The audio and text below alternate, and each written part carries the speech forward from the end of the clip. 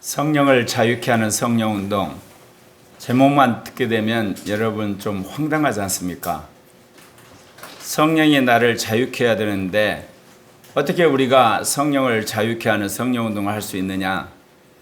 여러분, 성령운동에는 두 종류가 있습니다. 여러분이 잘 아는 위로부터 아래로 부어주시는 성령운동이 있습니다. 또 하나가 오늘 여러분에게 말씀드리려고 하는 안에서 밖으로 넘치는 성령운동이 있습니다. 여러분도 잘 안 것처럼 제가 성령운동을 41년째 해오는데 올해 와서 성령께서 새로운 영적인 단계로 저를 이끌어 가신 걸 제가 보게 돼요. 아마 그게 결정적으로 제가 5월 4일에 나의 몸을 하나님이 기뻐하신 거룩한 산 제물로 드리겠다고 작정을 하고 50년 동안 제가 즐겨봤던 모든 뉴스나 정보나 이 책이나 이런 것들을 제가 다 끊어버리고 온전히 주님 앞에 영혼 몸을 제물로 드려야 결단한 이후로 하나님께서 저를 긍휼히 여기셔서 새로운 성령의 기름 부음을 부으신 것을 제가 느끼게 됩니다. 물론 그렇게 된 것은 제가 대구 교회 부흥과 혁신 모임에 가서 월요일마다 목회자 성령운동을 하잖아요. 근데 이거를 벌려놓고 나니까 제 안에 부담이 되는 거예요. 이 목회자들은 산전수전 다 겪은 사람들인데 이 목회자 성령운동에서 정말 그들에게 도움이 되는 말씀을 증거하지 않으면 다음 주에 안 나와버리거든요. 그러니까 목회자 성령운동은 승패가 명확해요. 계속해서 성령 충만해서 성령이 흘러가면 목회자들이 더 많아질 테고 그냥 그렇다 그러면 똑같을 테고 그리고 별 볼 일 없다 그러면 없어지는 거예요. 그래서 도저히 안 되겠다 그래서 제가 결단을 한 건데 그러면서 주님이 성령 운동에 대한 새로운 눈을 뜨게 하셨어요. 그건 다름 아니라 안에서 밖으로 넘치는 성령 운동이다 그 말입니다. 1960년대 은사주의 운동에 선봉에 섰던 데이스 베넷이라는 사람이 성령을 자유케 하는 기도를 어떻게 할 것이라는 책자를 썼습니다. 거기에 나온 내용을 제가 여러분에게 읽어드리면 여러분이 지금까지 알고 있었던 성령운동, 다른 말로 하면 위에서 아래로 부어진 성령운동이 아닌 새로운 성령운동이 이미 시작되었다는 겁니다. 하나님은 흥미롭고 놀라운 분이시다. 그분을 아는 것이 우리의 삶의 전부다. 많은 사람들이 예수를 영접하고도 자신들이 믿는 것에 아무런 흥미도 느끼지 못하고 있다. 이는 성령 하나님께서 그들 안에 계시지만 내면에만 갇혀 있기 때문이다. 성령께서 자유로워지면 사람들은 더욱 그분을 알게 되고 그분으로 즐거워하게 될 것이다. 또한 하나님이 원하시는 일이 사람들을 통해 더욱 강력히 역사하게 된다. 사도행전의 1, 2장에서 당신은 예수의 제자들이 성령을 받은 후 어떻게 변화되었는지를 읽을 수 있다. 그러한 일이 당신에게도 똑같이 일어날 수 있다. 당신도 초대 그리스도인들이 가졌던 동일한 능력과 그리고 기쁨을 받을 수 있고 그만큼 하나님을 알 수 있을 것이다. 또한 영의 열매와 은사들을 자유롭게 표현할 수 있게 된다. 하나님께서 당신을 통해 초자연적인 방법과 지혜와 지식 그리고 지혜와 기적들로 다른 사람들을 돕게 하실 것이고 무엇보다도 하나님께서 실제하는 분이심을 보여주게 된다. 이 회복의 역사들은 성령을 자유롭게 함으로써 온 것임을 기억해야 한다. 또한 사람들은 성령의 자유케 하심을 받고 성령 안에서 자유롭게 행하게 될 것이다. 신약 성경에서 성령 세례를 구하고도 받지 못한 사람은 아무도 없었다. 신약 시대에 성령을 구하고도 받지 못한 사람은 아무도 없었다. 그것은 자신뿐만 아니라 다른 사람을 위해 구할 때 받지 못할 이유가 없다는 것을 의미한다. 사람들은 성령을 자유롭게 해드리는 것이 어렵다는 사실을 발견하게 될 것이다. 왜냐하면 그것이 정확히 어떠한 것인지 모르고 위에 어떤 일이 벌어질지 모르기 때문이다. 어떤 사람들은 30년 동안이나 성령을 구했음에도 불구하고 심지어 역사적인 오순절 교회에서조차도 성령을 받지 못하고 종종 성령 받는 것을 단념해 버리는 경우도 있었다.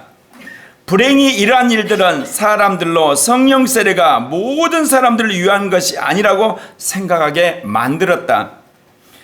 준비시키지 않고 기도하여 이러한 잘못된 생각이 퍼져나가는 것을 돕지 말라.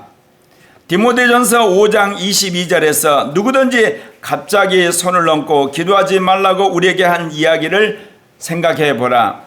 이것은 우선적으로 장로를 임명하는 말씀이기도 하지만 분명히 성령 세례를 위한 기도에도 적용될 수 있는 부분이다. 사랑하는 형제 자매 여러분, 오늘 데니스 베넷이 한 성령 세례에 대한 이야기 생소하지 않습니까? 우리는 지금까지 성령 세례는 특별한 사람, 기도 열심히 한 사람, 거룩한 사람, 종교적인 사람, 하나님을 더욱더 사모하는 사람만 받는 것이고, 보통의 그리스도인은 성령 세례 엄두도 낼 수 없다는 것, 수십 년을 기도해도 성령 세례에 받지 못해서 영적인 콤플렉스에 벌려 있는 사람, 그리고 성령 세례는 특별한 사람 받는 것이고 나 같은 사람은 안 돼, 그런 좌절된 경험 갖고 있지 않습니까? 그런데 오늘 데니스배는 누구나 다 초대교회 사람들은 성령 세례를 받았고 성령 세례를 구해서 받지 않는 사람은 하나도 없었다는 담대한 선언을 하고 있습니다. 제가 41년 성령 세례를 받은 것을 생각해 보니까 데니스 베넷이 말한 그런 성령 세례를 제가 받은 거예요. 왜 그러냐면 제가 진로를 놓고 너무나 한마디로 답답했거든요. 그랬을 때 말씀드렸잖아. 불면증을 해결하기 위해서 전도사님한테 조언을 구했더니 무식하게 기도라 그래서 정말 무식하게 기도했어요. 저는 성령 집회 참석해 본 적도 없고 성령에 관한 책을 읽어본 적도 없고 성령에 대해서 누가 성경 공부해 본 적이 없어요. 성령이라는 단어를 들어본 적이 없어요. 그렇기 때문에 무식하게 어떻게 기도했냐. 하나님이 살아계시면 나에게 살아있는 증거를 보여주고 그러지 않으면 나는 너무 괴로우니까 이대로 미쳐버리겠다. 그런 기도만을 6개월 동안 했댔어요. 그런데 제가 군종을 하고 있는 그날 주일 오후에 제가 군종실에 앉아서 이제 기도를 하는데 갑자기 눈물이 이렇게 터지면서 회개가 터지는 거예요. 그리고 나서 이제 환상이 보이면서 제가 늘 말한 것처럼 봄, 여름, 가을, 겨울로 우리나라가 이제 복음으로 통일된 걸 보여주시면서 회개하라, 사랑하라. 그러면서 이제 제가 눈물이 범벅해서 이제 환상으로 기도하고 있는데 전에 대대군정이었던 친구가 들어오면서 저의 머리에 안수하면서 방언을 받으라는 거예요. 제가 방언을 받으라는데 목에 이제 방언이 올라오는데 칵칵칵 이런 소리가 나는데 너무 기분이 나쁜 거예요. 내가 방언을 들어봤어야지 내가 방언이 얼마나 좋은지를 알죠. 성령도 안 들어봤는데 그러니까 제가 거부를 했어요. 그러면서 이제 갑자기 고린도전서 12장에 나오는 말씀이 생각나면서 나는 방언 같은 것 안 받는다 그런 식으로 표현을 썼어요. 그럼 너는 방언이나 방언 통변이나 그리고 신유나 능력 행함 믿음 나는 지혜와 말씀 지식의 말씀 그 다음에 믿음 예언 이런 그 말씀 그런 은사를 받을 테니 그러라. 이제 그러고 나서 그 친구가 그래요. 성령이 임할 때는 성경 공부를 해야 된대요. 네, 그 당시 스승이었죠. 그래서 성경을 펴놓고 이제 뭐라고 해야 하나 성경 중에 반짝반짝 빛나는 구절이 있네요. 아무리 봐도 반짝반짝 빛나는 건 없는데 희한해 눈에 띄는 구절이 있어서 제가 그때 성경을 마태복음부터 계시록까지 쭉 펴었잖아요. 그때 반짝였던 구절들이 지금도 저의 레마가 된 거죠. 말씀드린 것처럼 마태복음 5장에 나온 산상수훈, 그 다음에 요한복음 14장, 15장, 16절에 보혜사 성령, 고린도전서 12장에 나온 은사자, 요한계시록 2장, 3장 7교회, 그 외에 이제 몇 가지가 있었는데 거의 다 잊어버리고요. 이제 그래갖고 그렇게 말씀을 받았잖아요. 이제 그거 보니까 제가 위로부터 임하는 성령을 제가 구한 적이 아니라 그냥 나 혼자 괴로워서 하나님이 살아계시면 살아계신 증거를 보여주고 안 그러면 나 미쳐버리겠다고 그렇게 해서 기도하다가 성령이 역사를 하신 거거든요. 그리고 이제 그 친구가 와서 저를 도와줬어요. 그 이후로도 이제 10일 동안 성령세를 받았기 때문에 친구 만나서 여러 가지 하나님 말씀을 이제 해석하고 풀어준 적도 있거든요. 그러나 제가 그 뒤로 방언을 거부했기 때문에 3년 동안 회개해서 유남일 전도사님 만나가지고 10시간에서 학습방으로 방언을 받았다 그랬잖아요. 보니까 제가 어떤 성령 집회에 가서 안수해서 받은 것도 아니고, 그리고 제가 그 전에 성령 운동에 대해서 알고 성령이 임하게 해달라고 기도한 것도 아니고, 그리고 또 제가 성령에 관한 책 읽어보면서 나도 이런 사람 되겠다는 게 아니고 그저 괴로워해서 기도했는데 성령이 오신 거예요. 보니까 오늘 데니스 베넷이 말한 것처럼 내 안에 계신 성령이 해방이 되어서 충만하게 역사를 하신 거예요. 여러분, 이른비 성령 시대는 사도들이 복음을 전하고 성령을 받게 하였기 때문에 위에서 아래로 부어주는 성령이 주류였습니다. 그래서 여러분 사도행전을 보게 되면 대부분 사도들이 위에서 아래로 성령을 부어주는 것을 보게 됩니다. 예, 그렇게 되는데 여러분 특별히 사도행전 8장에 보면 빌립이 사마리아 성에 내려가 그리스도를 백성에게 전파합니다. 사람들이 빌립의 말도 듣고 빌립이 행하는 여러 가지 표적들을 보게 되는데, 그들이 이제 빌립이 하는 걸 보니까 귀신도 떠나가고 병도 나았습니다. 그래서 사람들이 이제 빌립이 하는 하나님 나라와 예수 그리스도의 복음을 듣고 영접을 해요. 그리고 물세례를 받습니다.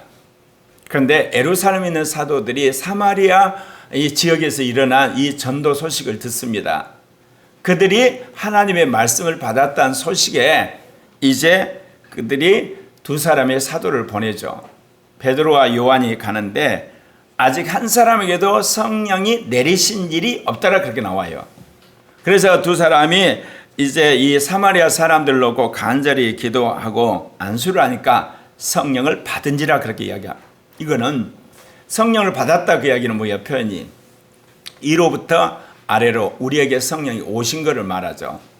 그래서 여기선 대표적으로 이 사마리아 지역에서 제가 예를 들었는데 다른 모든 것도 그래요. 오순절 날도 크고 강한 바람이 그 방 안을 가득 채우고 불의 혀 같은 것이 각 사람 위에 임하여 있더니 성령의 충만을 받아 그 영이 말하게 하심을 따라 방언을 했다 이렇게 얘기하잖아요. 그때도 위로부터 성령이 바람같이 임하고 불의 혀 같은 것들이 그들이 임하였다. 성령이 위로부터 아래로 내려오시는 것 아니겠습니까? 예, 그런 건데 하나님께서 이러한 그 사도 시대는 위로부터 아래로 내리는 성령 운동이 주류였어요. 예.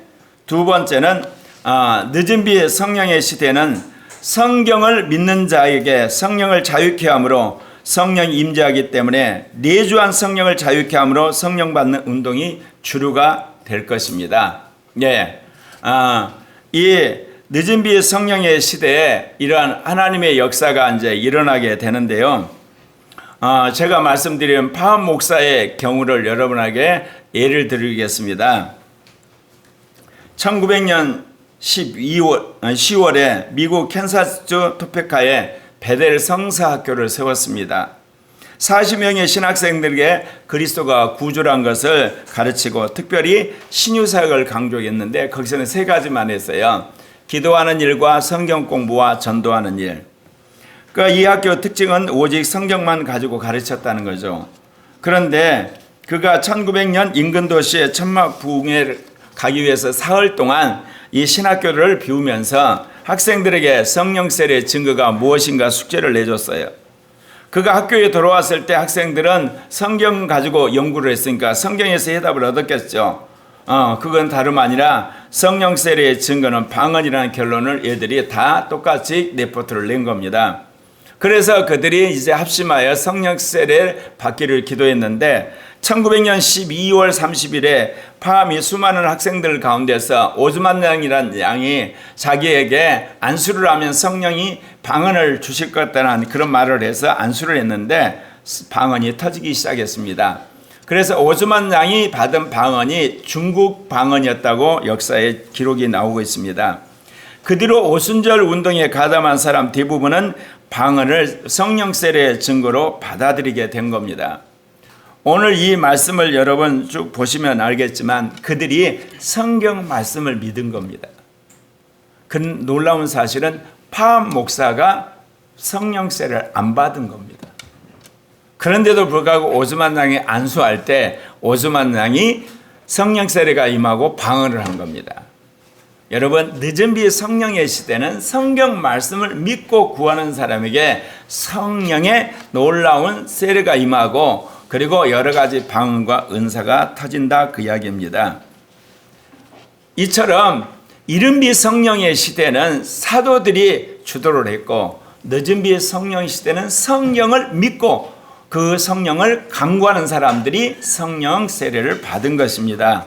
그런데요, 늦은 비 성령의 시대에도 사도시대처럼 성령 받기를 구한 사람들이 있어요. 그래서 성령이 부어주는 것을 그들이 경험을 했거든요. 그래서 그들에게도 내주한 성령을 자유케 하는 성령의 체험을 하게 된 것입니다. 그 대표적인 사람이 바로 대표적인 경험이 뭐냐, 늦은 비 성령 시대 위에서 붙는 플로리다 브라운스빌 교회.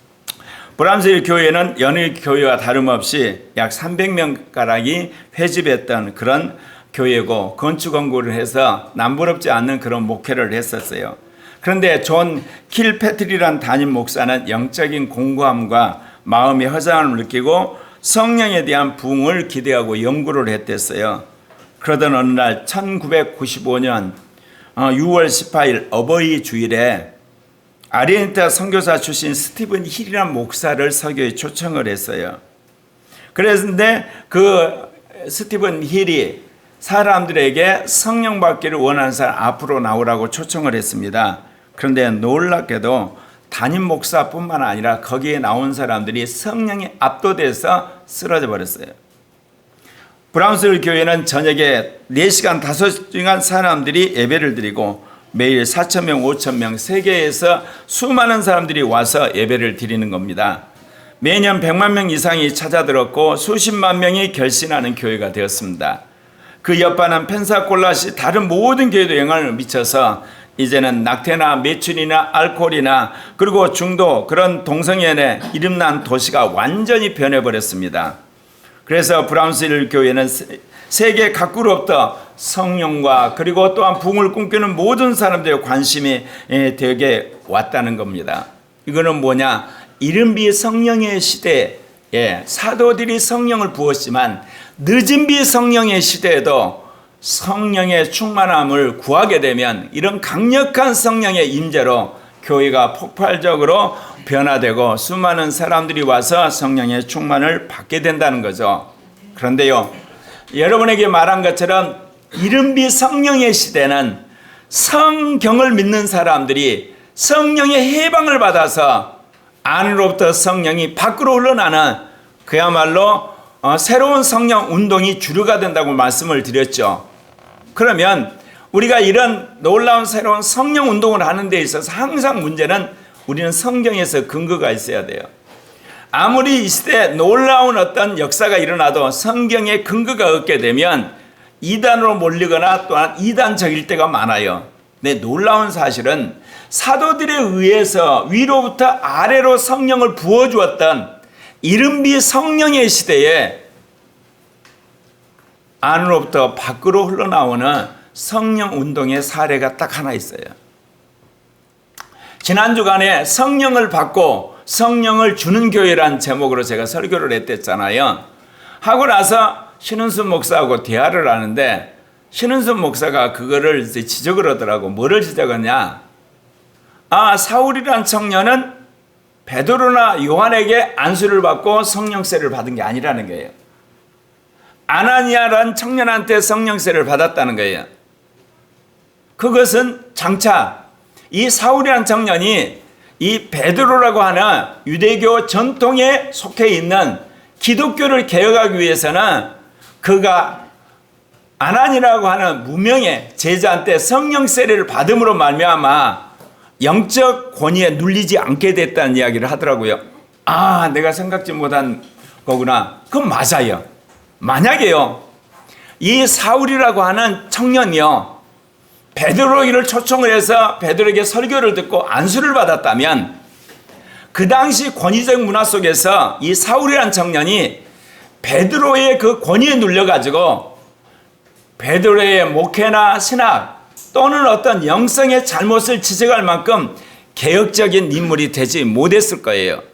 그런데 이 사울이란 청년은 아난이라고 하는 무명의 제자한테 성령의 충만을 받게 되거든요.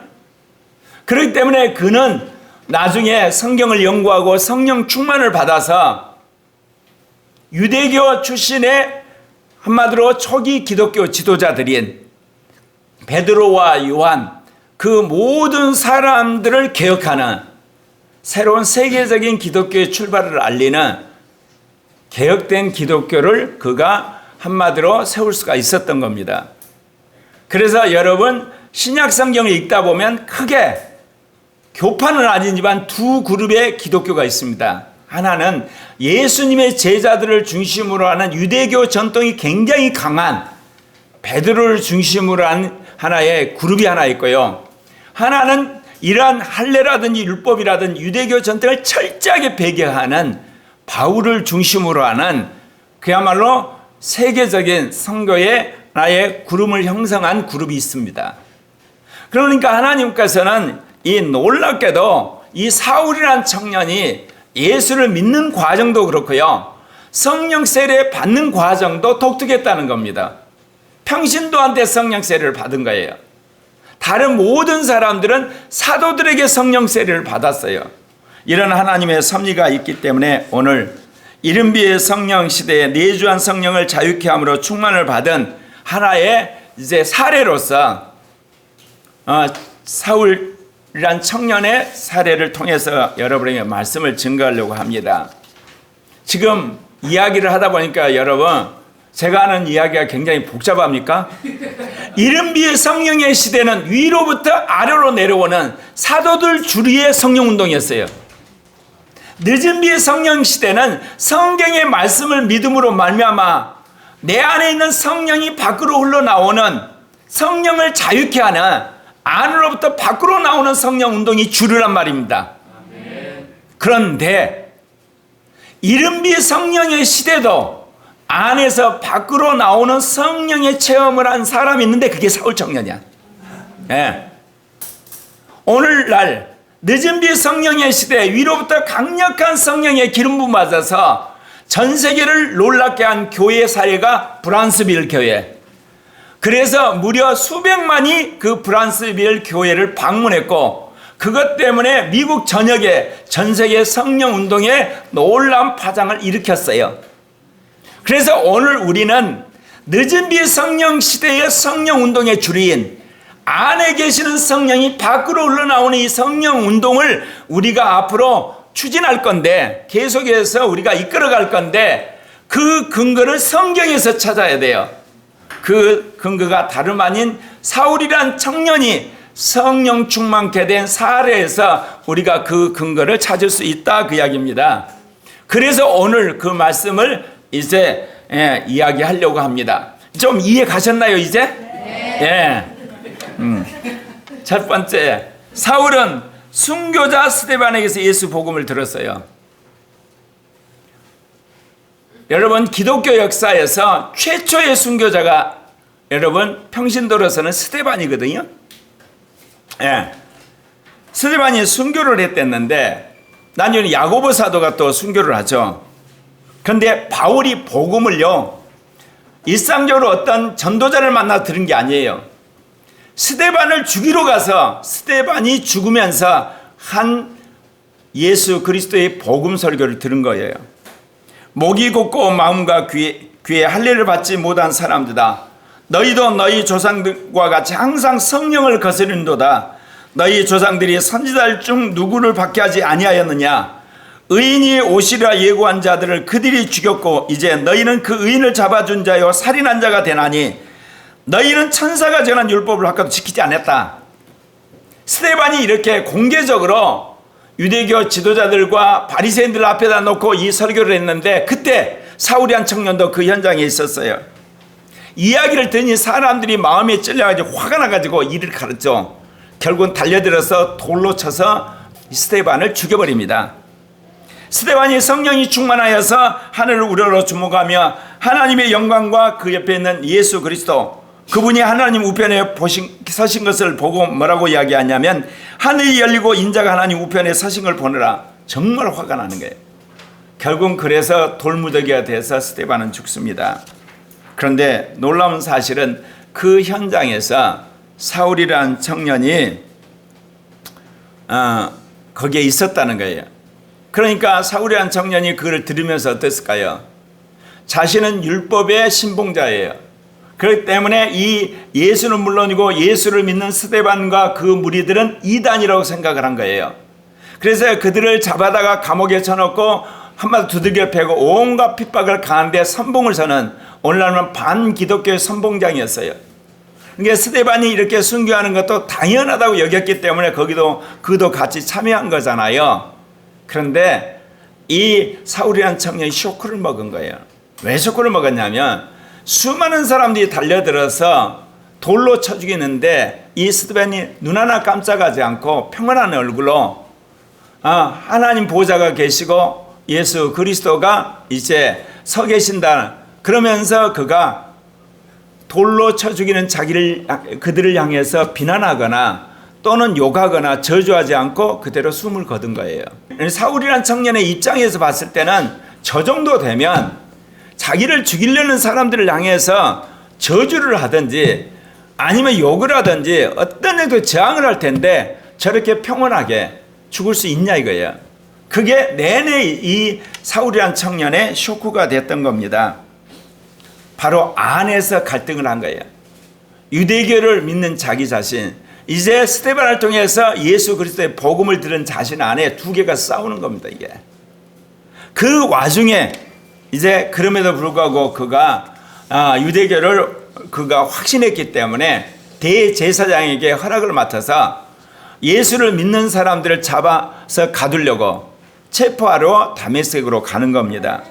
두 번째, 사울은 부활하신 주님을 만날 때 성령이 내주하게 됩니다.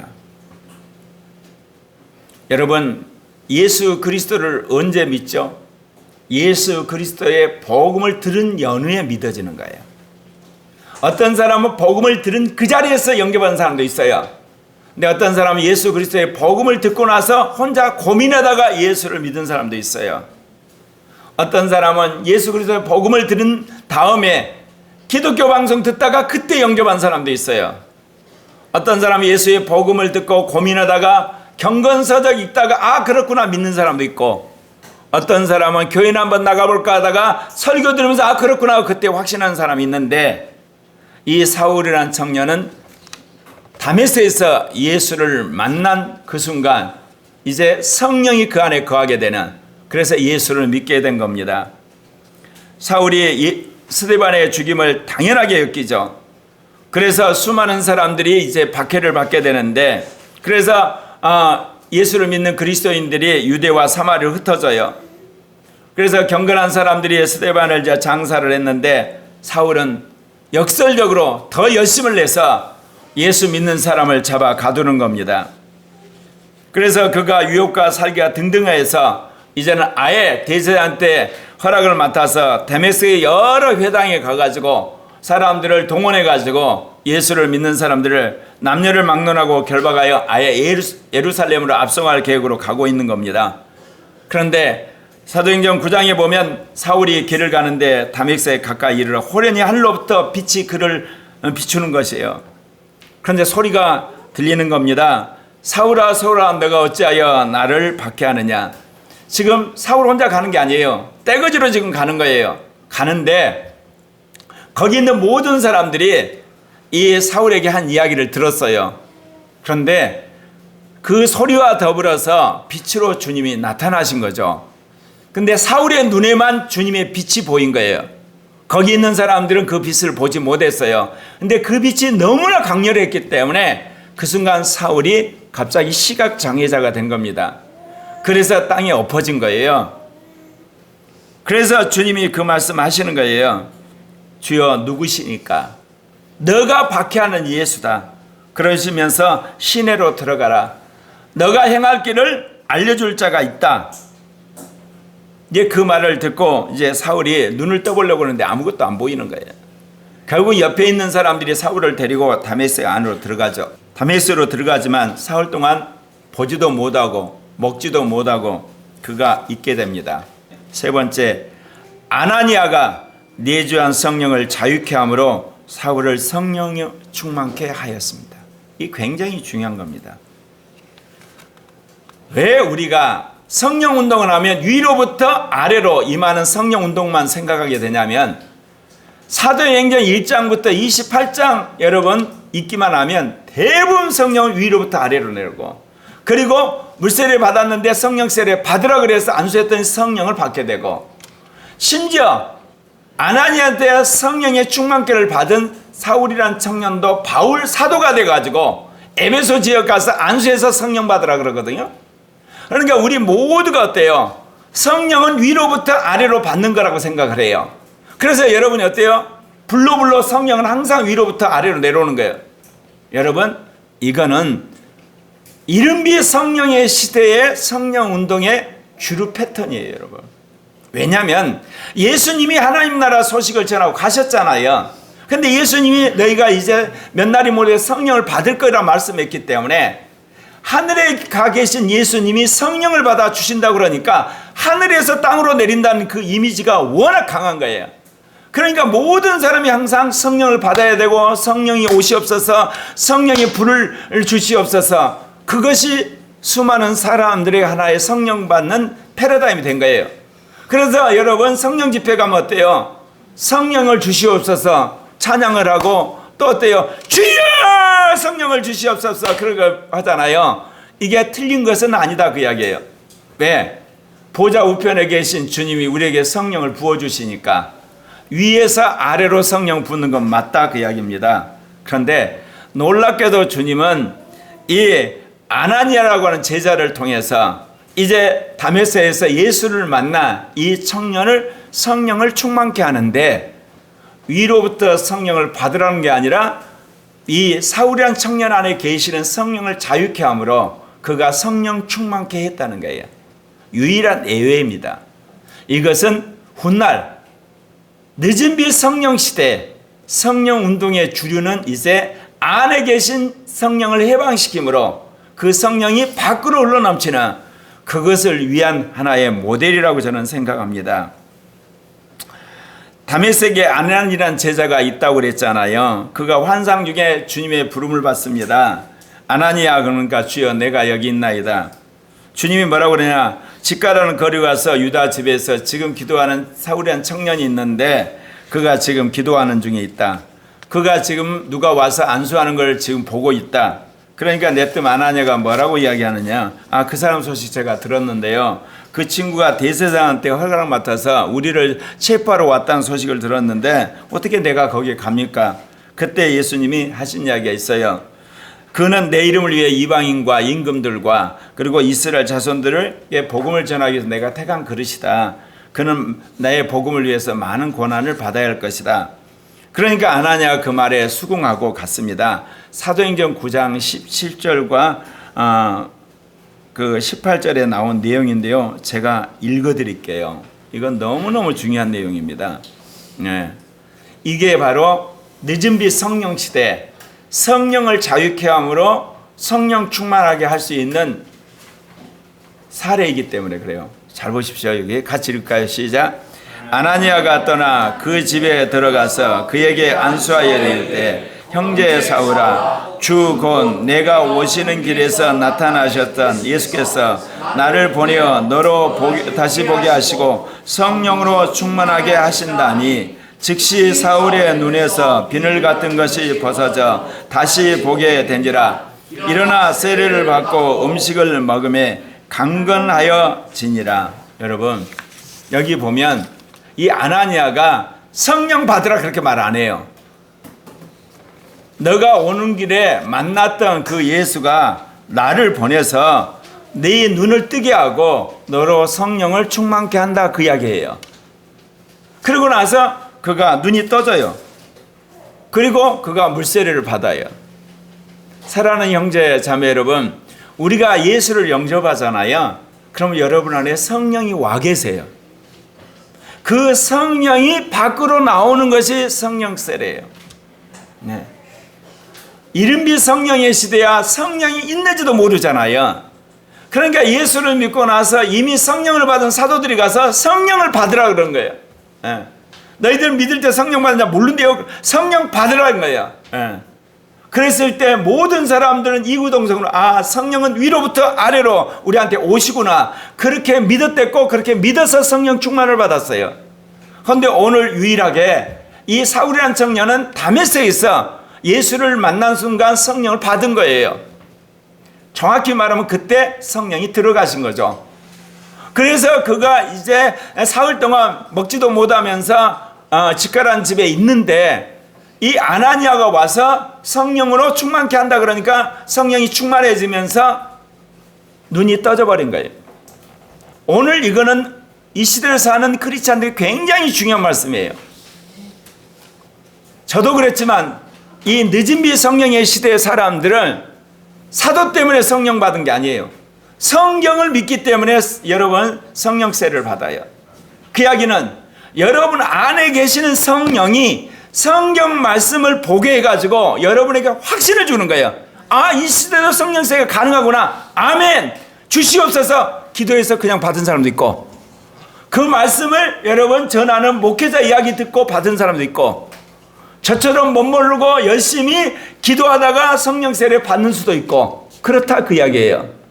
근데 이게 위로부터 아래로 내리는 성령운동과 안에서 밖으로 흘러보낸 성령운동의 차이가 있어요. 여러분 안에 성령이 와 계시죠? 근데 여러분이 자꾸 성령을 주시옵소서 그러면 그 성령은 다른 성령이 돼버리는 거야. 내 안에 와 계시는데 자꾸 달라고 그러니까 또 다른 성령이 와야 되는 그런 뉘앙스를 풍겨요. 이거 잘못하면 다른 영을 받는 수가 있거든요. 그리고 이거는 밑도 끝도 없어요. 그래서 아까 데이스 베넷이 그러잖아요. 30년을 기도했는데 성령세례 못 받은 사람. 그럼 그 사람 믿었을까요? 안 믿었을까요? 믿었죠. 예수 그리스도를 믿으니까 성령을 알고 구했죠. 그리고 그 안에 성령이 와 계세요. 그런데도 불구하고 계신 성령은 제껴놓고 계속 성령이 오시옵소서 30년 동안 안 오신 거예요. 저도 엄밀히 말하면 5살인가 예수를 믿었어요. 26년 동안 성령이 안에 계셨어요. 계신지도 몰랐어요. 내가 크리스찬인지도 몰랐어요.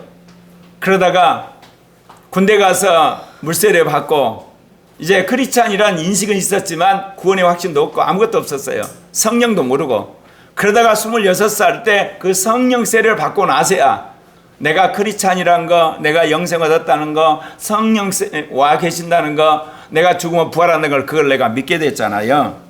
오늘 여러분들에게 이 아나니아가 내주한 성령을 자유케 함으로 이 사울이라는 청년을 성령 충만케 한 것은 여러분에게 시사하는 바가 있다는 겁니다. 여러분이 교회에서뿐만 아니라 직장생활, 가정, 사회, 오가는 차편에서 여러분이 얼마든지 성령 충만을 받을 수가 있어요. 기도원 가가지고 여러분 소나무 몇 개 뽑아야만 성령 세례 받는 게 아니라니까요.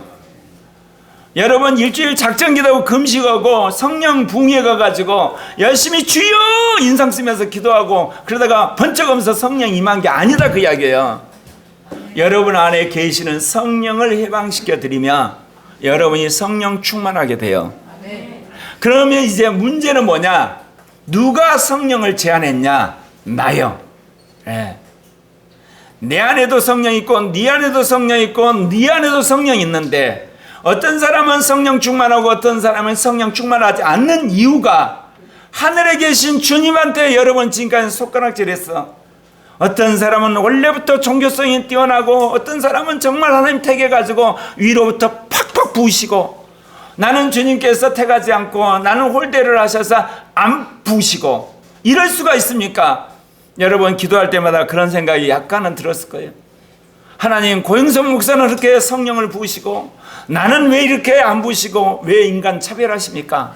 오늘부터 여러분은 주님 앞에 인간 차별한다는 이야기를 할 수가 없게 됐다는 거예요. 왜냐? 제가 오늘 여러분한테 이야기했잖아요. 내 안에 있는 성령이나 여러분 안에 있는 성령이나 똑같은 성령이에요. 차이는 딱 뭐냐? 여러분은 성령을 제한하고 있고 나는 성령을 제한하지 않고 그러면 만약 여러분을 제한하는 모든 족쇄를 풀어버리면 여러분이 저보다 성령 충만하게 되는 거예요. 그러면 이제 여러분을 통해서 하는 계시를 내가 들어야 돼, 여러분한테 매번. 왜냐하면 여러분의 모든 장애물을 다 풀어버려가지고 여러분을 통해서 하나님의 놀라운 성령 충만함과 지혜의 말씀, 지식의 말씀, 믿음, 능력, 행함, 그 다음에 귀신 쫓는 거, 온갖 하나님 역사가 일어날 테니까. 그러니까 문제는 뭐라는 거예요? 성령을 자유케 하는 성령운동. 아멘입니까? 성령이여 오시옵소서 하는, 그야말로 기다리는 성령운동이 아니라 이미 와 계시는 성령을 자유케 해드리고 그분이 마음껏 일하도록 내가 내 자신을 풀어제치는 것. 여기 있는 모든 사람에게 주님이 주시는 놀라운 소식인 걸 믿으시기를 바랍니다. 제가 이 말씀을 받고 나서 여러분, 칠통로도 사실 어때요? 안에서 밖으로 성령이 흘러나가는 거예요. 이해 갑니까? 그 영이, 자, 첫 번째가 뭐예요? 내 영, 믿음, 마음, 양심, 이성, 말, 행동이잖아요. 그거를 전부 청소하면 그 영이 방언을 하게 한다 그랬죠. 그 영이 예언하게 하고, 그 영이 능력이 하고, 그 영이 예언의 말씀하게 한다고 그랬잖아요. 이게 안에서 밖으로 흘러나가는 성령운동이야. 그리고 오죽음, 여러분 율법, 옛사람, 육신, 그 다음에 세상을 살아감, 또 뭐예요? 원죄. 이거를 십자가에 못 박으면 이제 안에 있는 성령이 더욱더 밖으로 충만하게 나가잖아요. 그러니까 이게 전부 안에서 밖으로 성령운동을 줄기차게 내가 해왔는데 왜 안에서 밖으로 흘러가는 성령운동 개념을 몰랐냐 이게야. 그래서 나도 기도할 때마다 성령을 주시옵소서 그러고 앉아 있었어. 그러면서 여러분을 훈련시킬 때는 어때요? 안에서 밖으로 가는 성령운동을 계속한 거야. 칠통로 운동, 오죽음 운동. 그러니까 정말 멍청한 거지. 자기가 안으로 밖으로 나가는 성령도 열심히 하면서 나는 성령을 주시옵소서. 이 말이야 뭐야. 근데 이제서야 그걸 안 거야. 아, 내가 안에서 밖으로 뿜어대는 성령운동을 열심히 하고 있었구나. 그런데 멍청하게 성령을 주시옵소서, 성령이 오시옵소서 이런 기도를 했다 이거야. 왜? 하나님 앞에 내가 철저하게 구하지 않았던 거예요. 그 이유가 뭐냐? 그러면 지금은 어떻게 해서 알게 됐어요? 다른 거 없어요. 아까 이야기했죠. 대구 부흥과 혁신 목회자 모임에 가면 그래도 내가 성령 충만한 사람이라고 느껴져야 목사님들이 계속 오실 거 아니야. 나보다 성령 충만하지 않다 안 올 거 아니야. 그러니까 내가 성령 세례를 받고 성령 세례를 주는 목사가 되었다고 결심을 한 거예요. 그리고 내가 영이 충만해서 은사가 충만할 뿐만 아니라 영을 흘려보낸 목사가 돼야 되겠다고 자dim을 하고 이제 결단을 하고 성경을 보는데 주님이 그때서야 가르쳐 준 거야. 위로부터 아래로 성령 운동이 있고 안에서 밖으로 나는 성령 운동이 있다고.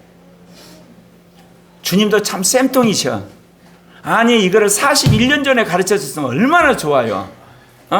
근데 이렇게 나이 다 먹어가지고 이제서야 안에서 밖으로 나는 성령 운동이 있다고 명확하게 개념을 정리를 해준 거야. 성령이 시원할 뿐만 아니라 여러분도 시원한 여러분 되시길 바랍니다. 성령이 안에서 그냥 나 여기 와 있다. 왜 나를 제한하냐? 왜 나를 막냐? 그리고 왜 나를 무시하냐? 왜 나를 초청 안 하냐? 그래 놓고 너가 반날 오라고 그러는데 너 고쳐라. 오늘부터 고치시길 바랍니다. 그래서 안에 있는 성령을 초청하고 감사하고 여러분이 정말 막지 않으면 계속 흘러 퍼지는 거예요. 안으로. 할렐루야. 이거는 성령 운동의 혁명적인 변화입니다. 예. 성경을 근거로 해서 그를 믿는 사람이 성령의 충만을 받는데 예수를 믿는 모든 사람은 안에서 밖으로 성령이 역사하시는 것을 경험하게 될 줄 믿습니다. 물론 이 시대도 위로부터 아래로 성령이 임해요. 그럼 언제 그럴까요? 이제 예수 그리스도의 복음을 막 믿은 사람, 성령이 계신지를 모르는 사람한테는 성령을 받으라 그러지 네 안에 있는 성령 흘러보내라 그러면 악령을 흘러보내는 게 돼요. 그 사람한테는 지금 악령이 역사하고 있기 때문에 그렇기 때문에 여전히 위로부터 아래로 성령이 임하게 해달라고 기도를 해야 돼요. 이해 가세요? 복음 집회에 가서는 처음 영접하는 사람들 초신자들한테는 또 하나는 우리가 세상 사람들 앞에서 우리가 집회를 해야 될 때가 있어요. 영적 전쟁을 할 때, 동성애 차별 금지법을 막는 그런 국민대회를 한다든지 그럴 때는 강력한 성령의 임재가 그 회중 가운데 역사할 뿐만 아니라 지나가는 버스간에 있는 사람이라도 성령이 임하도록 우리가 기도를 해야 되거든. 그래서 갑자기 그 가던 운전수가 방언을 해본다든지 크리스찬이었는데, 아니면 갑자기 있는 사람이 막 떼굴로 굽는다, 그런 일이 있어야지 하나님 권위가 있는 거 아니에요? 그럴 때는 여전히 성령은 위로부터 아래로 임한 줄 믿습니다.